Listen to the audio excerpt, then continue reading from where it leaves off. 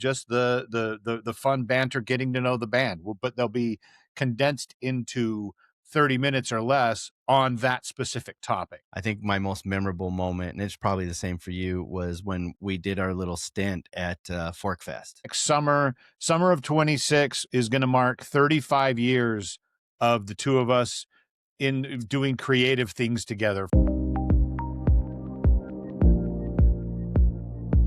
Well, hey there. Welcome back to the show. Your backstage pass to independent music, artist stories, and the Utah music scene. Today's a New Year's Eve special. We're looking back at the biggest moments of the podcast this year, and then we're bringing in the band Z Frequency, talk about their year of growth, new music, and what's coming next. Let's get into it. Matt, how are you doing, man? Hey, man. Screeching in, screeching into the finish line at 25, and it's been a year, man. It has. Wow, it's been a year. Well, on a personal note, you finally found employment. You'd been struggling. I spent 9 months of 2025 unemployed, looking for a job from about a week into March. March 7th was my last day at my former employment, and I spent the entire year looking for a job, and I started my new gig on December 1st. So wow, that's crazy, man. It is nice to be gainfully employed. I made it just by the skin of my teeth. Any longer, and things would have gotten. I would have had to start doing some pretty nefarious things to make the rent. So yeah. Well, I was part of that furloughed shutdown because my day job. You're a federal employee, and that put some hurt screws to us. We managed, and finally they opened it up after 2 months. But I wasn't getting any income. That was zero income. You're what, necessary or whatever, right? Got to show up and not get paid, and then correct. Yep. You're still gonna work. You're just not gonna get paid. Well, and because of that, I wouldn't qualify for unemployment. Right. So I had nothing coming in. I started the new gig the day before I got my final unemployment payment that exhausted my claim for the year. Yeah, that's how.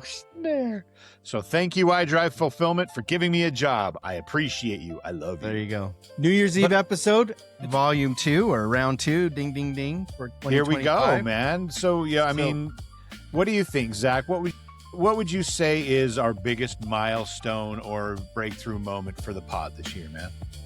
So for me, on a personal level, when we first got this podcast going, it was basically for just for fun, you know what I mean? Like it was meant to be like a band outlet of some sort of way to communicate.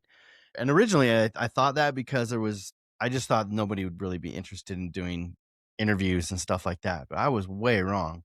It first started when it came around to the keeping the lights on, to pay the dues. I started a GoFundMe, and I was just blown away by the amount of support that we got. And that kind of opened my eyes, because that told me that, hey, there are people out there that really like what we're doing. And it kind of shifted my mindset a little bit moving forward from there. Aside from just meeting a bunch of cool new bands this year, I think my most memorable moment, and it's probably the same for you, was when we did our little stint at Fork Fest. That was by far just a cool experience. We were even recognized there by a couple of people. We passed out some stuff, and I got to hang out with one of my favorite bands, Stretch Armstrong, and their reunion. And I had planned on doing like a little mini documentary, but unfortunately I failed at the camera and footage, and I wasn't the only one, but it didn't work out. So maybe if you're listening, Scotty, maybe another time. My apologies, but I really wanted it to work, like I had a vision for it. Right. Not really the documentary producer type yet, director, whatever. Well, but the thing you learned, and next time the opportunity comes to do stuff like that, you'll be better prepared. You'll know how things didn't work out last time, and you'll be more prepared to go into it. Yeah.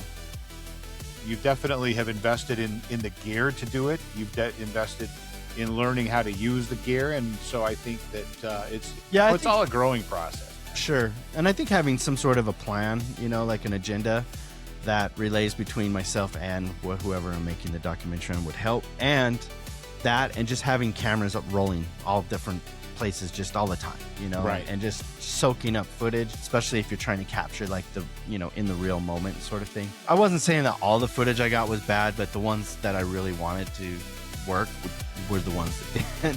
Right. But other than that, I'd say definitely Fork Fest for me. That was just such a blast. And then you know, the other side, you know, something else for me this year has been, as our audience at home may or may not know, you probably do, I'm a huge Disney nerd. And I have this whole community of friends through the Disney circles. I moderate for several YouTubers that live stream from Disneyland on a regular basis. We were able to have Bernice Celeste as a guest on our show. yes, Who is awesome. part of that Disney family. But then, you know, I'd like to give a special shout out to Theme Park Casual, Berry Place 28, Cordy in California, and Donnie Land, Donnie and Jen. These are the 4 YouTubers that I moderate for, and all of them have been so amazing in creating Nightbot commands for the chat that send people and help promote the podcast. Z Frequency as a band. They've given me a huge new audience to kind of market our stuff to. And so, you know, Danny, Bob, Cordy, Donnie, Jen, I appreciate you and love you. And I love being able to moderate your live streams. You guys bring a lot of happiness and joy into people's lives that can't be there. So that's kind of cool when your fandoms and your nerddoms get to kind of like collide, you know? I just think it's cool when you have like a completely different ecosystem, you know, a community, different community that still supports other things, you know. It's like your extracurricular activities outside of your Disney chats and live streams and stuff that they'll be like, yeah, I'll check it out. And if they enjoy it, cool. I know moving forward, like I just want to bring this up because this was near the end of the year, just recently. I had the opportunity to submit to a company that their focus is accelerating podcasts, you know, getting podcasts to grow and stuff. But one of the features, like perks of attending this webinar, was that you gave them your info and then they would audit the channel. And I submitted it, and when I got it back, I sent a copy to Matt so he knows what I'm talking about. But it did point out quite a few things that I thought we could improve on. And so moving forward, we're going to change things a little bit. So instead of having like one giant long episode, we're going to try and do once a week. So our commitment for 2026 is try to release something once a week. But these long episodes, we'll still do interviews, but we're going to try to focus on a certain topic that is relevant to somebody else in the business trying to, you know, it's like a pain point. Like, what are you struggling with budgeting, or how do you manage being, you know, in a band and have a real job, or how are you manage wearing all these different hats, or dealing with finding gigs, or it could be, we're going to, instead of just kind of broadly spurting out whatever, we're going to kind of try to focus our topics on one thing. But we're also going to take a little moment and get to know the band as well. So like, if they're a new band coming in, we're going to get to know them. So that might end up being its own little episode, and then we'll have another episode. But kind of when we started, the idea was to make a podcast about musicians for musicians. correct. And I think that this is really kind of getting back to kind of the original goal of the show. But as we progressed and as we made episodes, we found out that we have a lot of fun interviewing the bands. And True. so, and I think that there is definitely a market of music fans that just want to kind of see that. And I think that this kind of new approach and diversifying, kind of honing our topics in, you know, is going to really be able to cater to all of those audiences while kind of getting back to being true to what we set out to do in the first place.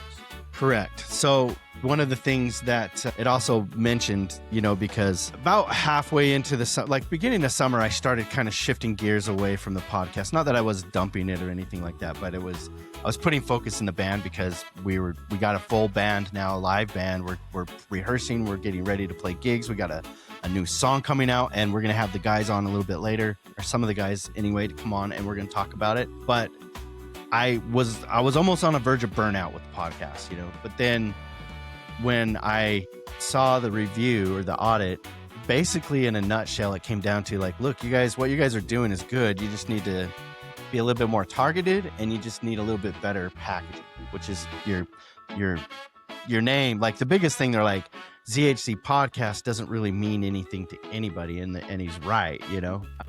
So we changed the name a little bit. We changed the cover. I'll splash that up on the screen. And it's still ZHZ podcast, but then it has like a subtitle, which is independent music, artist interviews, and Utah scene, which is pretty much what we do most of the time anyway. I like that idea. I'm gonna roll with that, and we're trying new stuff. Whether it works or not, I don't know. But one main recording with an artist could end up being 3 or 4 different little bite-sized video episodes. I think we're gonna start drifting away from the really long episodes. I think anything over 30 minutes to me now is gonna feel like it's too long. So I'm looking between, you know, like some of these more in-depth videos with, like, you know, when we're talking about a specific topic, might be like 2 videos of, like, if anything over 30 minutes will be like a part 1 and part 2. Let's just put it that way. Right. Well, and I think that, you know, we'll be able to really kind of chop up, you know, we'll still sit down and we'll talk to an artist or a producer or, you know, what have you for an hour and a half, but we'll cut it up so that the episodes that come out are this episode. We'll have a series of episodes that are strictly talking getting into the weeds and, you know, getting down and dirty with the technical side of things. We'll have them that are just the fun banter, getting to know the band, but they'll be condensed into 30 minutes or less on that specific topic. Correct. And you'll know in the title exactly what we're discussing, you know, and if it deviates too far from that, then it just becomes its own episode. And another thing I want to implement is what I'm going to call the Z frequency spotlight, which is, I like the idea because it also ties our band into the podcast, which is where the podcast was born from. But Matt and I, or myself or Matt, will just do little clips once a week highlighting a band that is on our radar and whatever little amount of research we can dig up on them. And it's not going to be no more than 5 minutes, but it's just a little, you know, on the way to the gas station to fill up your car, you're going to go listen to it or something, you know. Or I like that idea. And we kind of do that with the guest list anyway. But this will be a little bit more in depth, you know, like we'll kind of dive a little bit deeper into. Well, and it won't necessarily just be bands that we have as guests on the show. No, not at all. Anybody In that fact, we're most of listening it to right now. It could be anything on that is on our radar. Well, and that's right? I think that's where it differentiates from the guest list, because the guest list is a playlist of songs of artists that are on the show, and we'll keep that growing. We'll keep growing that and keep building that over the time. But the artist spotlight will just be, hey man, this is the band that I'm listening to right now. This is who they are. This is where they're from. This is why it moves me. This is why you should listen to it. Quick intermission, folks. We've curated a Spotify playlist called The Guest List, showcasing the incredible artists who grace our show with their talent and stories. Dive deeper into their music. Plus, discover exclusive tracks by Z Frequency. Click the link in the description or search for The Guest List on Spotify. Enjoy, and back to the show. But in saying all of that, I'm really excited for 2026. I think it's going to be a fantastic year for both the podcast and the band. And I'm excited to get on stage, man, for sure. Man, me too. And the other thing is we're now getting to the point where we're starting to have some of our older previous guests come back on the show, but we're still always open for new guests. And I will leave a link in the description on how you can get involved if you wanted, like, to be, if you're a band or an artist, or it doesn't matter if you're a singer-songwriter, it doesn't matter if you're just an engineer or a producer or a booking agent or even a club owner, you would like to be on the show, we'd love to have you. I'll leave a link in the description where you can get details on getting that set up. And other than that, I think this kind of concludes, unless you want to add anything else. Well, I one thing that I wanted to kind of just as we're, since we're kind of on the topic of how we make the show and the kind of direction we're steering it, I'm really curious to find out what you personally, Zach, have learned about your creative process in producing this show, because we were talking the other day, and I've noticed several times, if you go back and you start watching the ZHZ podcast from the first episode up through now, the production value has increased dramatically. I think that part of that is we've both really kind of focused in on creating visually interesting backdrops behind us for the show that are consistent, so that it's not just, I mean, there's nothing wrong with a virtual background for a podcast. Tons of people do it and it works and it's great and it gives you a lot of options. Some aren't even video, they're just audio, Right. you know, but Or just a static picture. I think that, but I like the idea of having kind of a reasonably consistent background, because I think that it ties in visually from episode to episode with, varying the background up a little bit. I love to have my little tchotchkes behind me. yeah, I love Then it. I'll switch I can up see here your from time to Christmas time. tree, you got your little Yeah, snowman. you got your today I've Christmas got a tree. little break in the backup screens to show the Christmas tree. It's awesome, dude. I love it. but more to the point is, I sit in and I record my content on the show. Zach is the one that edits it. Zach's the one that puts it all together. Watching, Zach, your producing chops as far as this show goes, grow and evolve, it's been really, really cool for me. But what have you learned about your own process as we've gone on and as you've kind of dialed in your abilities to produce the ZAC podcast? So one thing I've definitely noticed, there's a couple of factors. One is the more you do it, the more efficient you get. Like those first few episodes would take me 2 or 3 days to edit. Now I'm getting to the point where it's taking me maybe 4 hours, which is huge. That's a dramatic change in the amount of time it takes. But on top of just doing the editing and the pre-setup, there's the contacting the guest, making sure they're on board. We have an intake form. Once somebody fills that out, it gets emailed to me. I take that, and then that's what we use, that information, to build the episode. So the band is not shooting in the dark and we're not trying to guess. So there's a lot of stuff prior to production, including, like Matt, that's not his, that's setup. Like you tear that down every single time. Yeah. You just gotta have like a makeshift stage, Well, and you can see, and in the early episodes of the show, you can see my dining room behind me. Right. It was just sometimes it was in a there. hotel room. Right. Oh yeah, we did. And that was there was several. Over the course of 2024, when I would be on the road for work, and we'd That's have cool. a guest scheduled, so I'd bring a lot.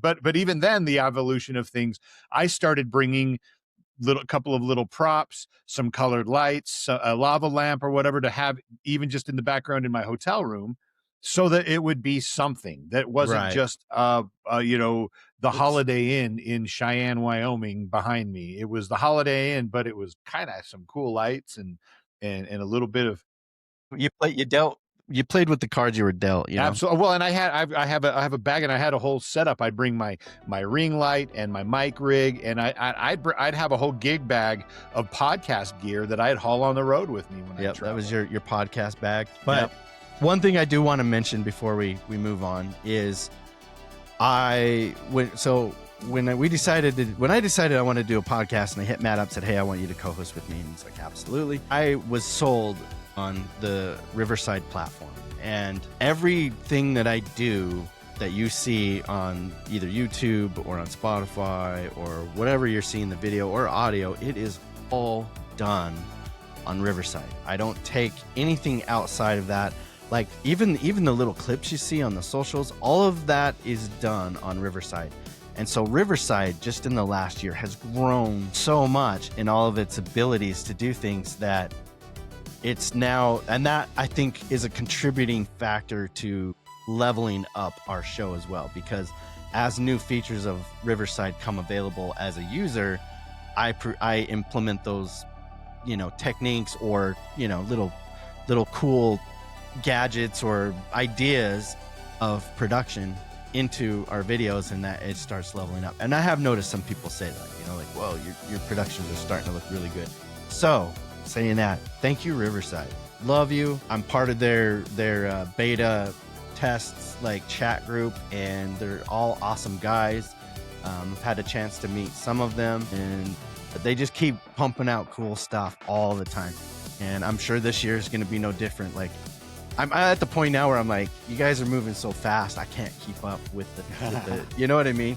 But we do have a link. So if you're interested in doing your own podcast, we do have an affiliate link that you could use, and it just kind of helps us. It's like chump change for us, but doesn't cost anything extra for you. But we are affiliated with them, and I'll provide that link as well in the description below. But yeah, check them out if you're interested. They have a free account. You can still do a lot of stuff for free. Can't do everything, but you can still produce decent quality videos or podcasts or even live stream. You can even live stream for free on that platform. Well, and from the guest perspective, it's an easy interface. You can your guests can join you remotely. You've noticed all of our guests have joined us from there. You know, we had one guest that was in studio with Zach, but other than that, it's always been different places. It's an easy interface. Your guests can join on their cell phone, on their tablet, on their laptop, on their We had one, PC. what was it, the bass player of Scarlet Rain? Scarlet Rain joined us on his phone at the tattoo parlor. from a tattoo shop. He was getting a tattoo while he was doing the interview. It was awesome. So yeah, that happened too. It's a really easy to use interface for your guests, and the quality is fantastic. So definitely, if it's something that you're looking into, definitely check out Riverside. And if you want to go with Riverside, definitely use our affiliate link. Tell them the ZHZ podcast sent you. Yeah. And so in a nutshell, the biggest thing I learned is I had a lot more fun this year. I love the idea that we went on location. We didn't actually film an episode on location, but we did. We represented. We did go live a couple of times on Facebook. That's true. That's true. We did. You know, But and maybe that and was I got to walk around a music festival with a gimbal, acting like I was all hot shit. It was pretty cool. Yeah, and I would love to do more of that. You know, maybe not all the time, but that was a lot of fun, and I'd like to do more of that. And the other thing is just, you know, that audit was kind of an eye opener. It was like, hey, you guys aren't too far off from where, you know, I think if you just take it a little bit more serious as far as, you know, the packaging, like we need a better box, we need a better wrapping paper, you know, a little prettier bow, and a tag saying, hey, this is for you, you know, versus just, you know, hey, there's a box over there, what's in it. I think we'll do good. So I think we could probably start using glamour filters too, so that we look more like we're 30. If you want, I don't really care about all that, but yeah. Anyway, yeah, me neither. So I love having you as a co-host, Matt, and just want to say thanks it's such a fun ride, man. It is, and I'll say it till I'm blue in the face. Next summer of 26 is going to mark 35 years of the two of us doing creative things together, from our bands and now the podcast and the and everything. And we're only, 35 years later, we're only picking up speed, man. We're not as wild and crazy and practicing 8 million times a week and playing live gigs every weekend like we were when we were in our 20s. And thank God for that, because I don't think I could keep up with that kind of a frenetic schedule these days.